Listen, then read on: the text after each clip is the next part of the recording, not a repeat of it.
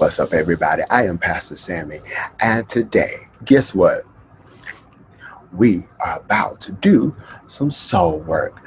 Our guest today is going to take us through a process of understanding the value and the importance of your soul. Welcome to Healing Room LA through Love Freedom Movement. I want you to sit back and relax and enjoy this amazing interview today. Stay tuned. Coming up is the start of your own soul work.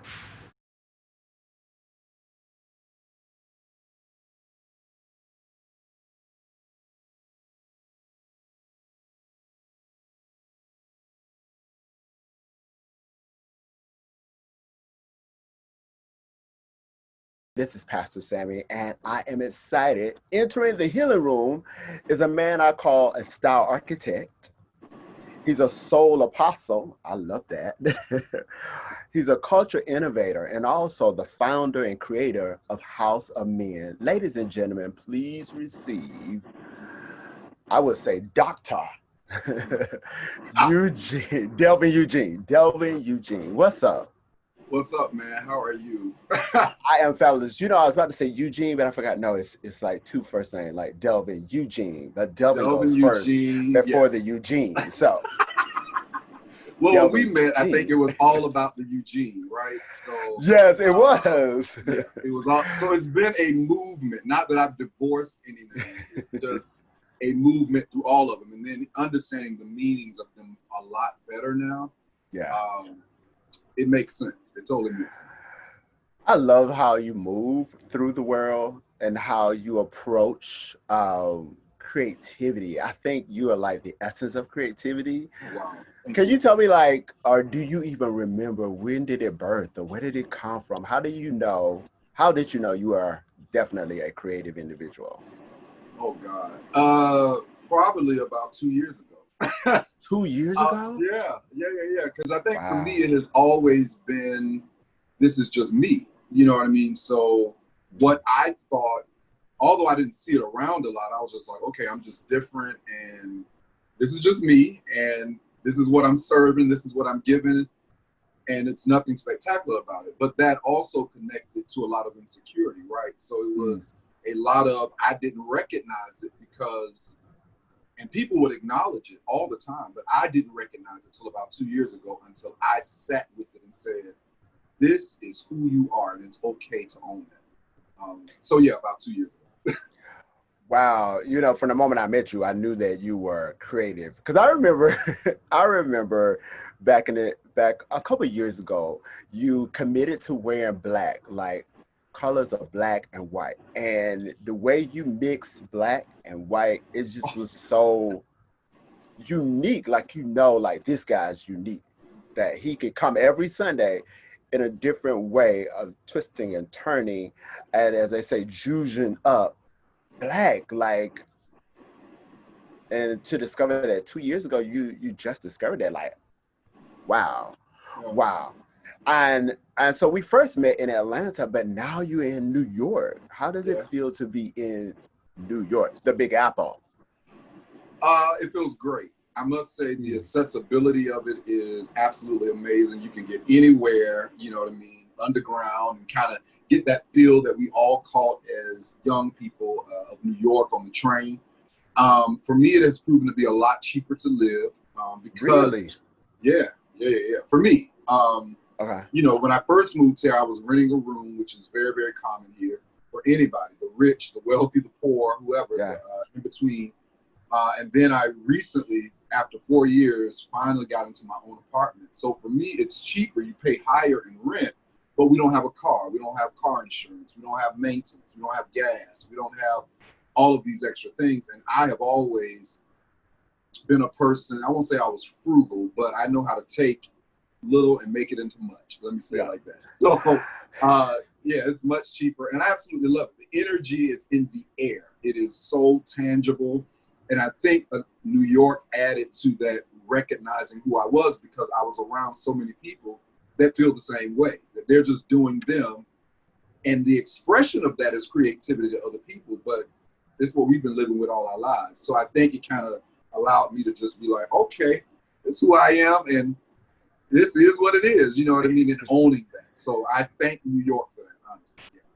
Yeah. That's how I feel about LA. I think LA for me Yeah. is just a breath of fresh air. In Yeah. spite of anything anyone may say about it, I just think it's a breath of fresh air. The blue Yeah. skies, the palm trees, like literally, I'm in heaven. So I totally get that and I understand it clearly. Um, and so I actually caught you the other Sunday, and you were really going in live on Facebook. And I was like, look at Delvin Eugene. I mean, the jewelry, one of the things I had to do is when I got on this interview, I said, you know what, let me find a jazzier shirt. Let me find I something love to be it. a little bit more. Instead of my Oh, Love Freedom merch, let me put on something else to make sure, right. like, because I know I'm meeting and sitting down with the Delvin Eugene. And what I love so much about it is you are so authentic, but yet you're so stylish. Like fashion, like drips off of you so naturally. When Thank did you fall in love with style? When did you fall in love with fashion? Yeah, and many won't believe this. It was again taking what I had and making it work. I am the middle Mm. child of 4 children. I have an older brother and twin sisters under me. So you can imagine the Wow. twins were like one child, right? And they were the only girls. So most of the times I learned to cut my hair on my own because my mom didn't want to take me to get my hair cut as often as I wanted it, right? Um, Clothing wise, I would take what I could find and would literally get some. I don't even know how to sew to this day, but I would get some liquid glue, put that thing together. I'll never even forget that I went to our church was holding. I was probably 11 years old, and they were Wow. holding a banquet, a yearly banquet, and I literally took a brown suit of mine, found some Dupioni silk, and put it on to make it like a tux on the lapels, and it was literally out of I have nothing else to wear. Look around the room, assess what you have, and make something of it. And that has carried out through my life. So I think now for me to even hear people say fashion, create, all of that, it's humbling because I know the backstory. And I Mm. know that this ain't me out here wearing labels because I have very few. It is literally me taking what God gives me and whatever Mm. I have, even if it's a feather that fell out of a bird's, body, I'm going to take it and make something of it. And that's how I walked into this fashion thing, I think, because it is authentically me and me using what I have. And I think that's the innate power of all of us when it comes to creativity, fashion, whatever. Express you, do you, use what you have and make it work. Yeah. Your expression and how you enter and show up in the world is such the epitome of a creative artist. Even just looking behind you, I know that you orchestrated all of that. And I'm thinking like, this guy has a gift. Like Wow. Thank you, man. haberdashery, this very upscale type of thing that you are Wow. able to turn what people may consider trash into treasure, something old into vintage. Right. That is a gift. And one of the things that I feel like I connect the most with you is about is spirit to spirit, soul to soul. Like, I believe that we are spirit more than we are flesh, and I love the work that you do around soul work, because I think what internally happens actually externally shows up, through everything that we do and say. And so let's dive into like the soul work, Yeah. because Yeah. not only because I wrote in my book, my new book that is out, that Congratulations, man. thank you so thank you. You got to be in the next book though. You're gonna have to I add to would the next love book. to. That style is more than a notion, but it's internal. Style is more than a notion, but it's internal. And that's you. That's you. We're so let's talk about soul work. Yeah. Why is that important for you? Oh my God, it is a way of life for me now. But I'll never forget sitting in some service. I am a bona fide church boy. That's all I know. The interesting thing about me, though, when it comes to me being a church boy, I didn't know a lot of church people outside of my church because my pastor was a lady pastor, or is a lady pastor. We had like 40 acres of land, and she built everything. And when she built it, we paid it off, and we built something else. I mean, 1,000-seater sanctuary, a gym, and all of these things. So I was very recluse, right? But I'll never forget she spoke about being saved or safe. And that whole message was about work out your own soul's salvation. And of course, we know with fear and trembling, so forth and so on, and that has so many different meanings, right? But for me, that soul, work out your own soul, always rung in my head. And I think it then materialized into, okay, well, this is work for me to do. This is the homework. And I have to not only own who I am, but also be willing to live in the moment so that my soul can be transformed on this journey and not just my body. And I think for me, looking at how world is being controlled by social media and all of these things, we are being driven. Our soul is being driven instead of us managing and knowing the power we possess on the inside and leading from that space and letting it dictate our character and how we show up in the world, right? So soul work for me is a commitment. One, and the way we commit to this as a unified body, because I call House of Men a global village, because we only have to unite on this one thing, that love works. And that prescription is love is patient, love is kind, love does not boast, love does not envy. Love is looking for sacrifice, not perfection.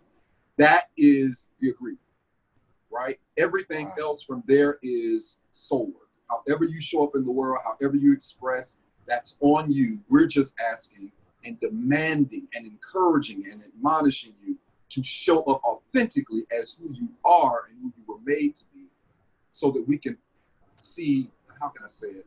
We can experience what flourishes from that. Let me say it like that. You know, when I hear you talk, I know that you had to at some point decide that you were going to break out of the box. Like you cannot read what's outside of the box if you're in the box. And as a church boy, like I am, and you are, sometimes you have to really like dig in to move out some of the teaching, some of the idealism that comes along with religion. Where did that start for you to say, let me think outside of this box in order to really express myself fully into the person, the man I'm called to be? Rejection. And this will go with what we talked about a little bit before about me just realizing in 2 years, I have internalized rejection as something was wrong with me for 38 plus years, right? And so when I would show up in these spaces of tradition and or boxes, it was always something.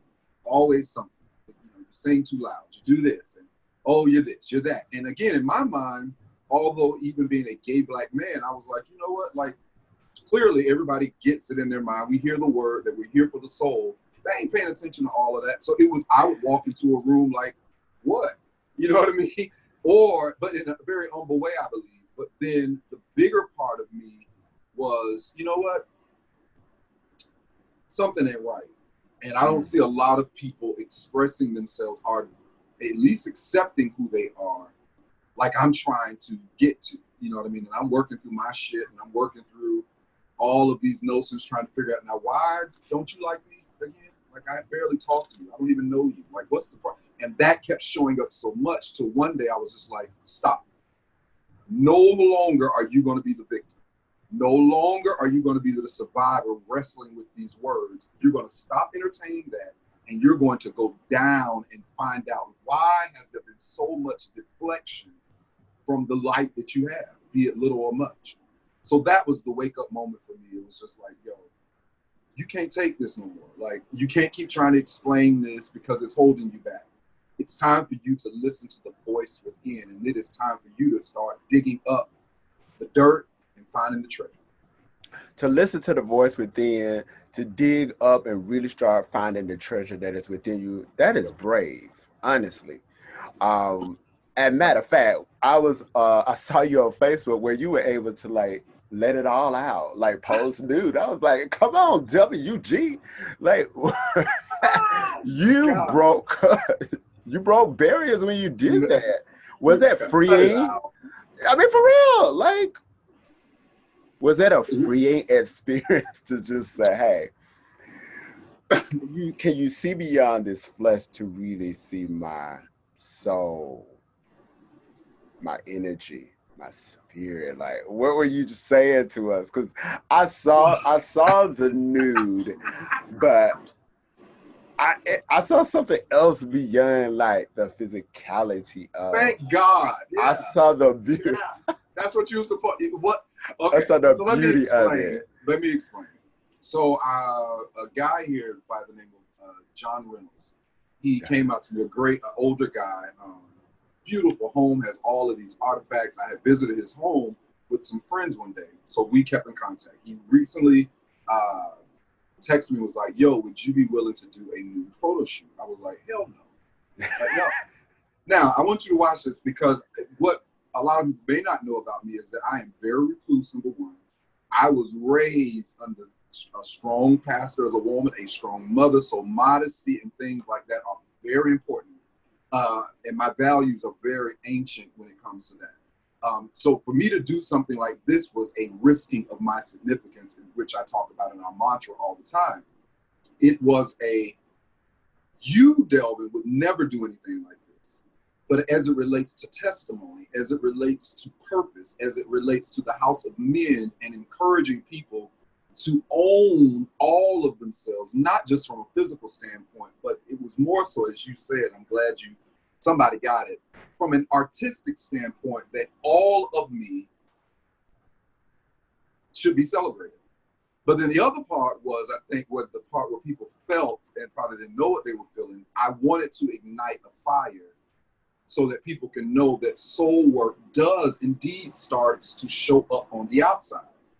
And when you are doing the work on the inside, we'll be able to tell it on your outside body, and not just from looking at you physically, but from an aura, and that's what I wanted to stand in, that I know, because I've also been the person that's sitting over here like, well, God, thank you for what you're doing in my life. And okay, thank you. But it was a moment for me to say, I have been working my ass off. And if you see the body, God bless you. But this is a full situation going on here. The body is 5% of it. And then also, I'll say this in closing on this, is that was what good. I realized The body too, is only 5% of it. I love that. Yeah, because I never saw myself as attractive. I always felt like I was the thin one when people are looking for muscles and all of this. So it wasn't, I didn't think I would get that much from it beyond the naked part. You know what I mean? But Right. in terms of body and you fine, and I'm like, what? Like, are you kidding me? I'm 170 pounds. Like, chill out. Go over there with somebody 220, 6'2", giving y'all what y'all need. Bye.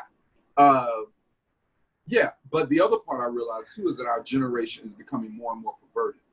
So one of the things that the House of Men is very intentional about doing outside of the box is that however we have to entreat people, even if that means risking one's significance, we are willing to go that mile to draw them to the message. So I don't think a lot of people recognize that when I post that picture, it is something following next to impact the soul subconsciously.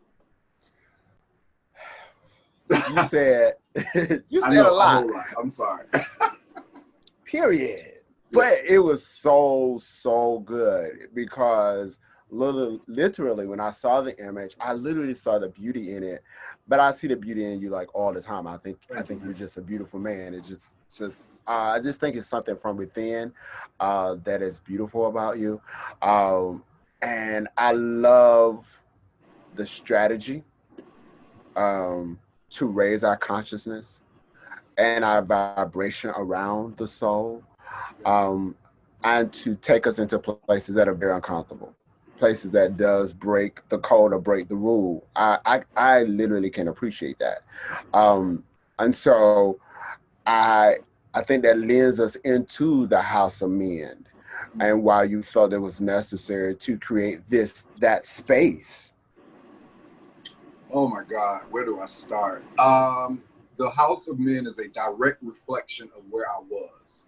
It's a direct answer to where I was. Let me say it like Mm. So what I wanted to do was create a space literally to mend people together, but also that the heart and the soul would be mended, that the mind would be mended, all of that. But then it broke out into an acronym: motivate, educate, nurture, discovery. And what, in a generation or in a world where I'm seeing people so into this, fuck you, I'm doing me, and da da da, me. And I'm like, there is some truth to that that's needed. But I think now we are really crossing over into, as we see in the presence of our president, a bona fide narcissistic demon that is driving people, weak people, if we get down to soul level, driving them to be fancy, everything's about the outer, but no value in the inner.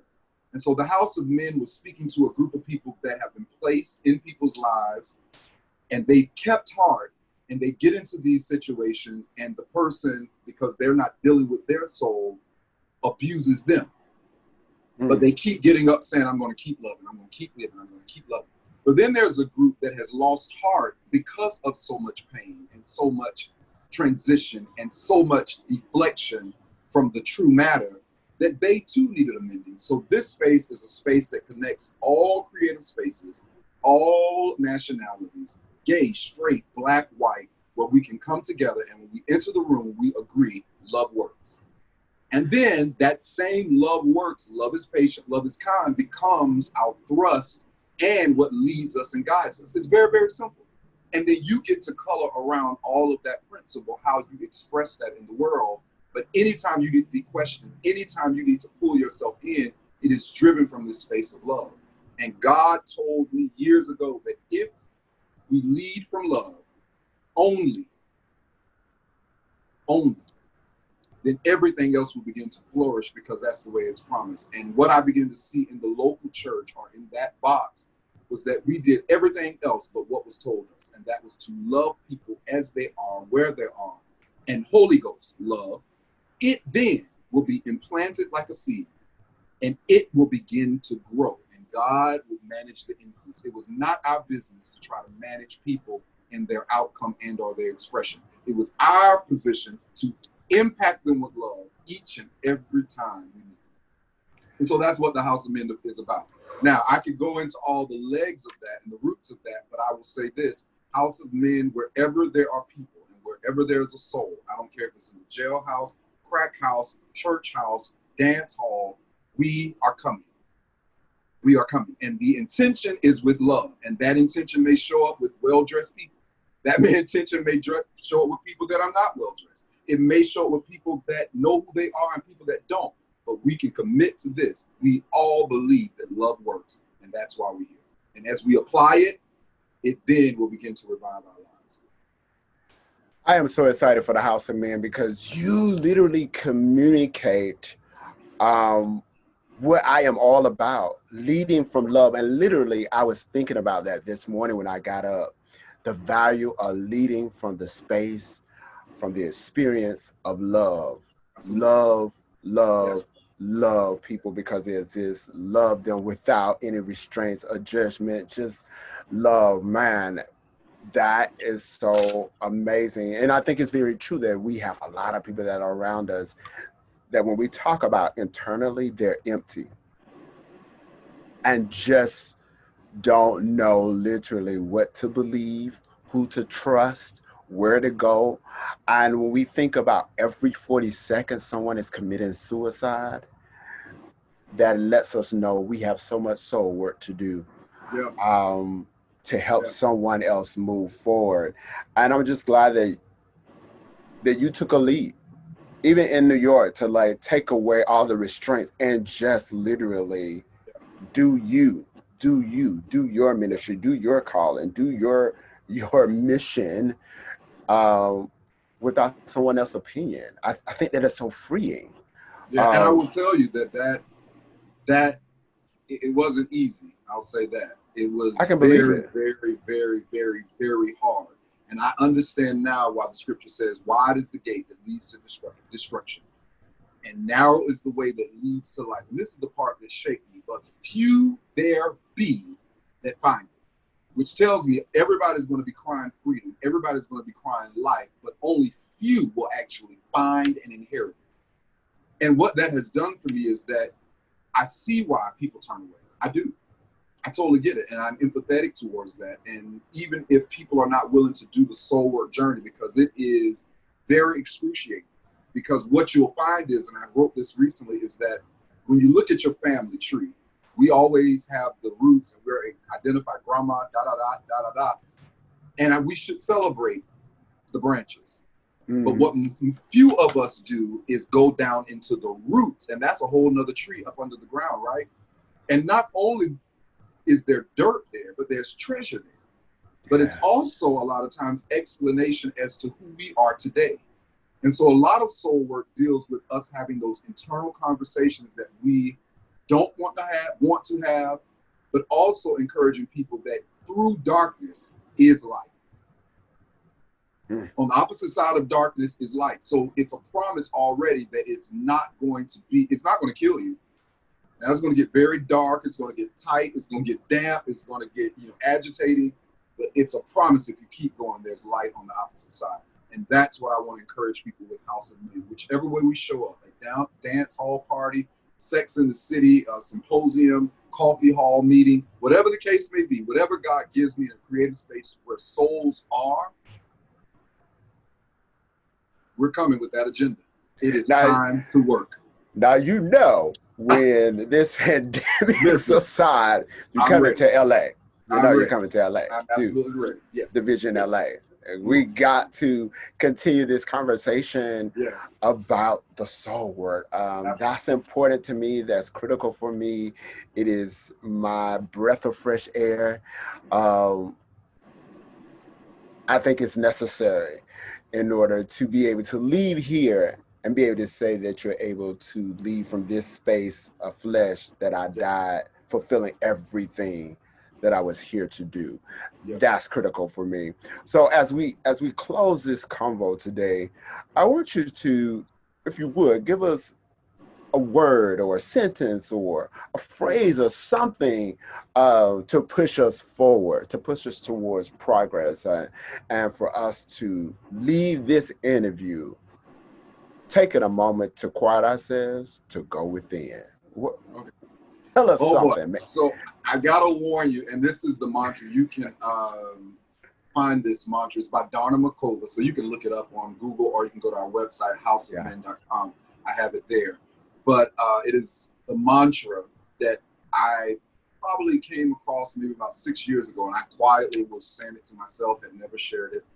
And now it has become the I call it the baptism of House of Men. And I always warn everybody that before you commit to this, I normally read it twice because I want you to hear the words first, because it is a baptism.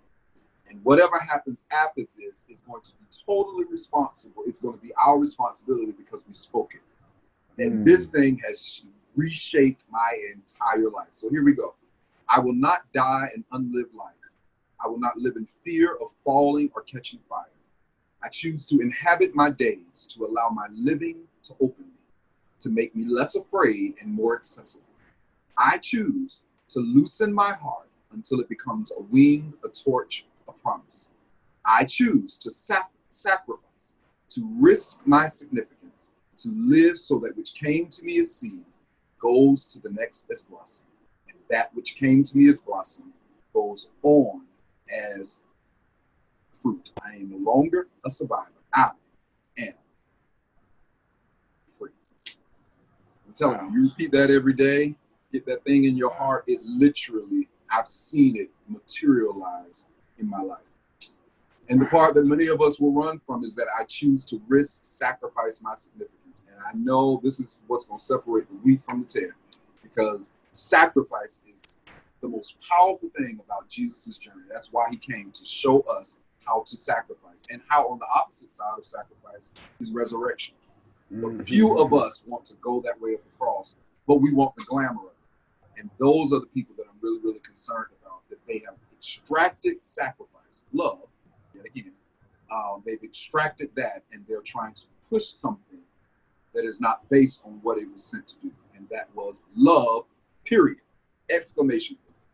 That's it. And that's sacrifice. You cannot love and not be sacrificial. So. Wow.